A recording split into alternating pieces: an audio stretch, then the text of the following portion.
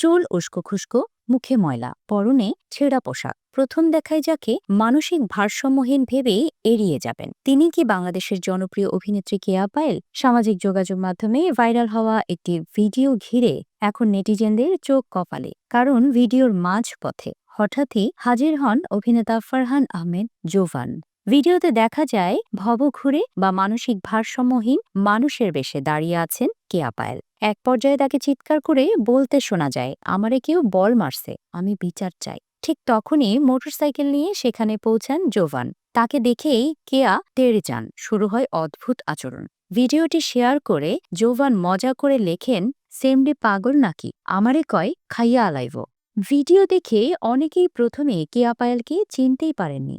একজন লিখেছেন, বাপরে বাপ কি মারাত্মক অভিনয়। আরেকজনের মন্তব্য, মেকআপ একদম পারফেক্ট, বিশ্বাসই হয়নি। জানা গেছে এটি একটি নতুন নাটকের শুটিংয়ের দৃশ্য, যদিও নাটকটির নাম এখনো প্রকাশ করা হয়নি। নাটকটিতে কেয়ার সহশিল্পী হিসেবে থাকছেন ফারহান আহমেদ জোভান।